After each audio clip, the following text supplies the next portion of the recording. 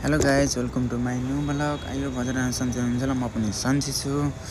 आजको भिडियो चाहिँ मेरो होमवर्कहरू हुनेछ।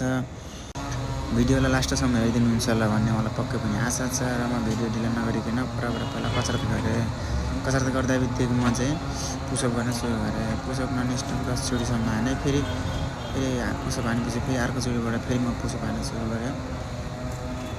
फटाफट लाएर 10 चोटिसम्म फेरि म पुसअप हान्दिएँ। पुसअप हानेपछि फेरि पनि लेग पुसअप हान्ने कोसिस गरेँ। फेरि फटाफट फेरि म पुसअप गरेपछि फेरि म डम्बल उठाएँ। डम्बल उठाएर फेरि 10 चोटिसम्म फेरि 3 चोटिसम्म रिपिट गर्दै 10 चोटिसम्म फेरि म फटाफट लाएर डम्बल उठाएँ। डम्बल उठाएपछि फेरि म अर्को पुसअप हान्न लगाएँ। फेरि 10 रेप फेरि फटाफट पुसअप गर्न लागेँ। पुसअप गरिसकेपछि फेरि ब्याक पुसअप गर्न लागेँ। फेरि फटाफट 3 रेप फेरि 10 चोटिसम्म हानेँ।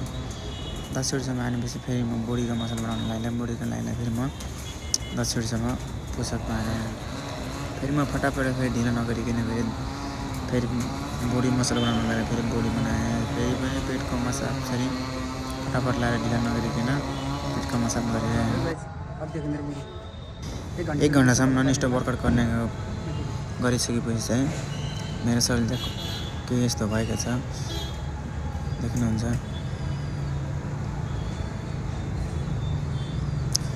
भिडियो मन परे लाइक कमेन्ट सेयर गर्न चाहिँ नबिर्सनु होला है त।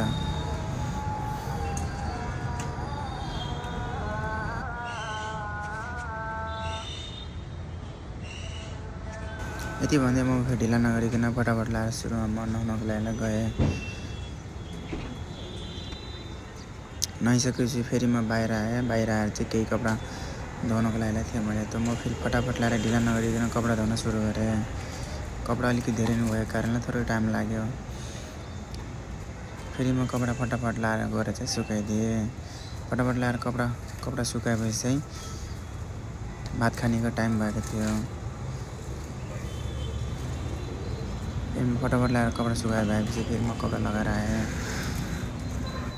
कपडा लगाएर आएपछि म फेरि ढिला नगरिकन सरासरलाई फेरि भात झिक्न सुरु गरेँ।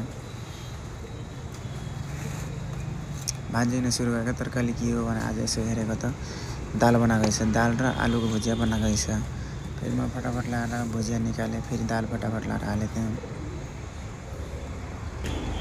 फटाफट लाएर चाहिँ मैले भात निकालेँ। भात निकालेपछि चाहिँ भात खान सुरु गरेँ। फेरि त्यहाँ दाजुले आएर भने खान लागिसकेन हो, म त खान लागिसकेको भने। सागसब्जी एकदम मिठो बनेको थियो, भात मिठो बनेको थियो। म चुपचाप लाएर भात खान सुरु गरेँ। भात खाएपछि साथीले भने जाम घुम्नको लागि आज रथ देख्नको लागि भने फेरि म रथ देख्नको लागि चाहिँ घुम्नको लागि गएको। फेरि साथी मेरो